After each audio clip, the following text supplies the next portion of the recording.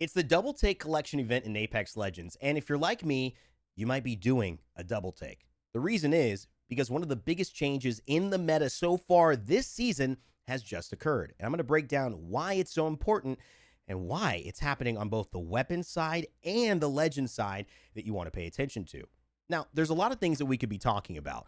Not only the fact that quads are introduced, which is super fun, and I might even be playing in a quads tournament run by Oversight Esports for $50,000 tomorrow, which could be super, super hype. But of course, you'll only know if you're watching on twitch.tv/rainday. We've got new collection events. We got a new Lifeline Prestige skin, but that's not what's taking the focus out of this patch. Now, many of you who have watched my channel religiously know I just put out a video, and yes, this video was supposed to come out a week ago. I'm sorry, I was traveling in Italy. You know, my cousin had a wedding. I had to be there. And there was a little bit of a G drive, mix up. We're not going to get into it. But however, during that time, and this is the important part, during that time, I put out a video called Apex Legends Best Weapon Tier List. Now, this video was very, very important to me because it discussed, like in the Legend meta, why two weapons that you need to know about were so good. And to my surprise, something I said actually had a major impact. Watch this. All right, let me get my 30-30 there. You know my 30-30. Let me get that flat line. It's hard to lose with a 30-30 flat line. Heavy ammo. Let's get dead. Why is that a Havoc? What's going on? So I started using the Havoc. I started using the Havoc. And that's exactly what I wreaked. Right? That's exactly what happened. I wreaked havoc. This weapon has 36 bullets in the magazine. Okay? This weapon hits for like 32 damage on a headshot. This weapon feels like it shoots forever. And it does. I've literally been chased, gotten shot, turned around, and just fired and never stopped firing an entire magazine of my Havoc onto an enemy. And I killed them. And then we killed their team and we won the game. And I was dead to rights. I should not have won that fight. But a Havoc with a turbocharger will win any fight in Apex Legends right now. You could tell I had some horror stories or maybe some glory stories. You never know. I mean, at the end of the day, the Havoc was important alongside the Hemlock, which was its running partner. And, at this point could very well still be. The Havoc had two things that were going for it. One, the amount of bullet damage that I just mentioned, it does. It is insane. Huge damage, not only on headshots, but body shots as well. I think rounding out about 16 for that. Rate of fire, once it gets going, is insane. And with a turbocharger on the ground, it became the most dominant weapon in Apex Legends. Not just that, it also took advantage of the fact that SMGs are really no longer playable and put you in a position to where you had to run assault rifles, which is why the Havoc and the Hemlock became the two go-to weapons just over this start of the season. However, this midseason patch changed that significantly. Remember I said they had so much damage in that magazine? There were so many bullets? Well, to my surprise, coming back home, I saw this midseason patch. And yes, big shout out to the G7 Scout, which is much better. I think you should use it. It's definitely jumped up at least one rank, and you'll see this a lot more in the season. But look at the change that happened to the Havoc. All mag sizes reduced. No mag 20 was 24. White mag 24 was 28. Blue mag 28 was 32. And purple mag 32 was 36.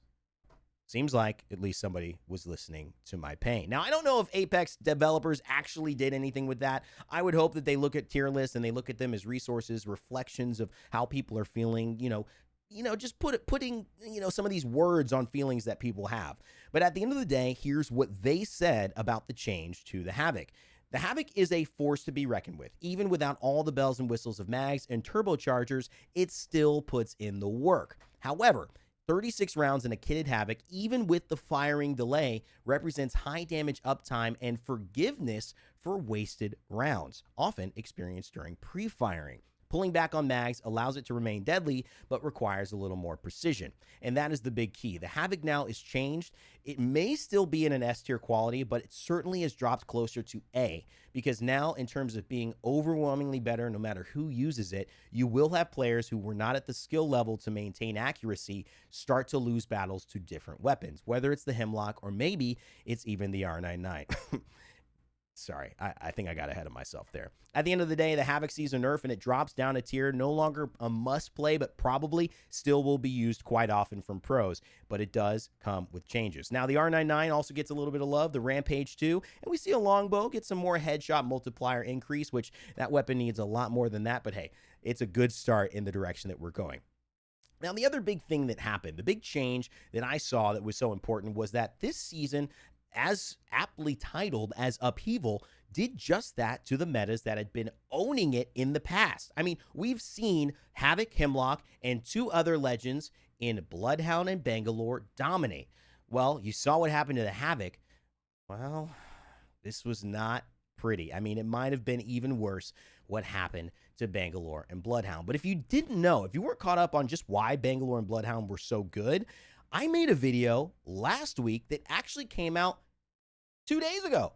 It actually came out today, and it's now no longer relevant. But let me show you why it was such an important topic from legends or weapons. And so in some ways, yes, it's made it more interesting, but again, kind of boring, right? Because what Bloodhound does is just so good. I'm making a video about some of the abilities in Apex Legends, and how can you deny that Bloodhound's scan is just one of the most valuable abilities the game has ever seen. You scan, you see through walls, and you see through, most importantly, smokes. And so that means that if you have anything like occlusion, where you have walls of the Dark Veil from Catalyst, you've got smokes from Bangalore, or you simply have a player in a building and you don't know what to do, well, hit your scan and now you know. And not just you, your entire team.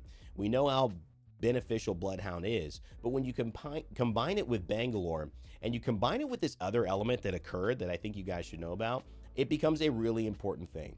Bangalore obviously gives a new type of defense to other teams. And what it is it means while you may think a wall is needed to be there, or a rampart wall or a building or some crazy thing to get a team to stop shooting at you, cover yourself in smoke from long enough of a distance, or cover the enemy team in smoke, and there's really nothing they could do. They're just wasting bullets. It is almost impossible to see that player until the smoke clears. We've seen Bangalore get nerfs on the smoke duration. We've seen Bangalore talk about getting more nerfs so that maybe you could see through the smoke a little bit better. But overall, she's still been there. The other thing that's made her so valuable is her ultimate. Rolling Thunder is phenomenal. And now, if you want to watch the rest of that, there are some good points still to be made about Bangalore. And I think the compositions that I talk about, whether you're talking about ranked or casual, they still apply. And so do the third player that was introduced in that, which was Catalyst.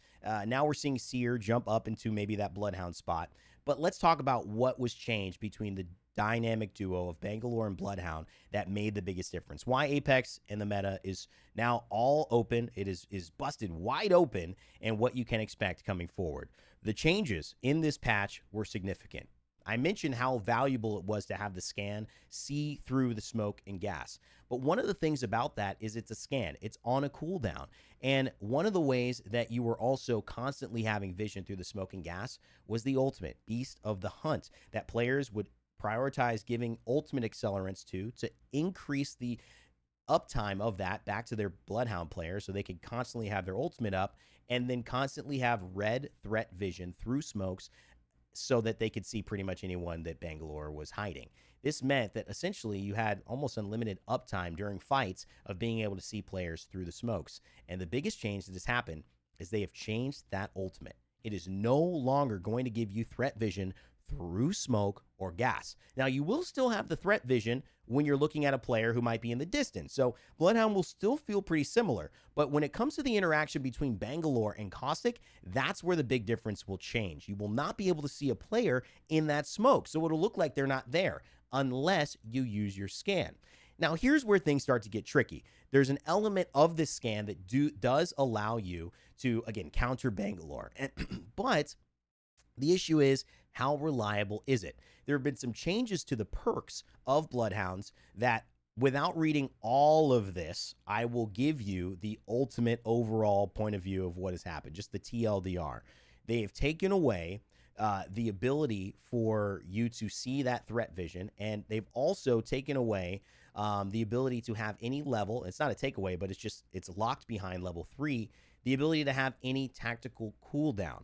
So the tactical cooldown of Bloodhound's ability to really see vision through smoke is now not only less because you can't see it in the ultimate, but now if you want to reduce it and have more of that, you have to wait until you hit level 3 on your armor, which for a pro, it's not the hardest thing, but it certainly isn't guaranteed value. And it's going to put Bloodhound in conversations with other scan legends that the character hasn't been in a long time. Is it really worth it? Gotta wait till level 3. And then, look at this, it's only while ultimate is active. So essentially, you do not have any real reliable tactical cooldown in Bloodhound's kit.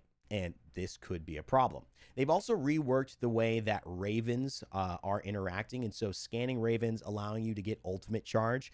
You can now create a kind of build where you pick up these ravens blessings, and you also pick up flock, which means that you can actually just constantly charge your ultimate a little bit more because you don't have to be near an enemy team to get that white raven late game. So if you're kind of like waiting for a white raven, but a team is near for you to trigger that white raven to scan and then get the ultimate charge, now you'll be able to just have the white raven appear. It will remove enemy range requirement for the white raven spawns.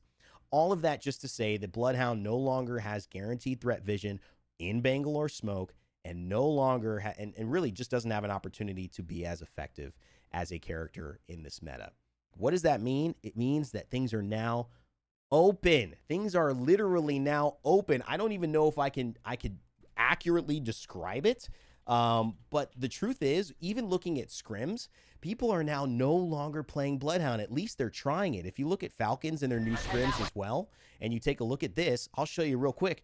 This is Hal and Zero and Jen Burton jumping out playing Catalyst, Seer, and Bangalore. Seer taking the position of the scan legend and now adding a very deadly element, giving that exhibit like this where you could see players who are walking around in your fight back into the game, and also giving silences a place in Apex Legends yet again, meaning abilities, they may not be usable for a while, and not having your cat wall when you need it late game, that could put Seer back in a power position in this meta. All in all, we're going to see players experiment with whether they need to keep Bangalore, which seems like she'll probably stay in the meta, or whether Seer really is here to stay, or just the initial quick reaction from pros as to what they're going to play as it comes up. With big tournaments, millions of dollars on the line in Apex Legends, these next few weeks of the ALGS are going to be some of the most exciting possible. What do you think about the Bloodhound nerfs? Are you happy that this meta could be changing? Are you happy that the Havoc has finally given itself a little bit harder of a time to be as good as it should be, or at least in the right hands, be as good as it should be? And hey, what are you looking forward to in terms of future changes yourself as we approach new seasons of Apex? Let me know, and as always, never give up, never stop gaming, and I'll see you all next time.